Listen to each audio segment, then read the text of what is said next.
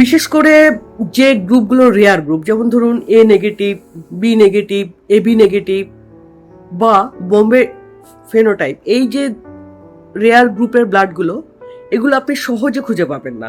Regular যদি আপনি blood দেন, আপনার ওজন নিয়ন্ত্রণে থাকার একটা সম্ভাবনা রয়েছে, রক্তচাপ কেমন থাকলো সেটা জানার সম্ভাবনা রয়েছে, এবং কোনো ডিজিজ আপনার মধ্যে রয়েছে কিনা সেটাও জানার সম্ভাবনা রয়েছে। আর ব্লাড দেওয়ার পরেই কেউ কোনো ভারী কিছু খাবার খেতে যাবেন না। যারা গর্ভবতী মহিলা বা যারা বাচ্চাদের ব্রেস্ট ফিডিং করাচ্ছেন, সেই রকম মহিলারা 1 বছরের মধ্যে, বাচ্চার জন্মের 1 বছরের মধ্যে ব্লাড ডোনেশন করবেন না। তো একজন সুস্থ স্বাভাবিক মানুষ, যে কোনো বড় অসুখে ভুগছে না, যে স্বাভাবিক স্বাস্থ্যের অধিকারী, যার ওজন মোটামুটি ধরুন 45 থেকে 50 কেজির মধ্যে, সে কিন্তু 350 ml রক্ত প্রতি 3 মাস বা 4 মাস অন্তর দিতেই পারেন।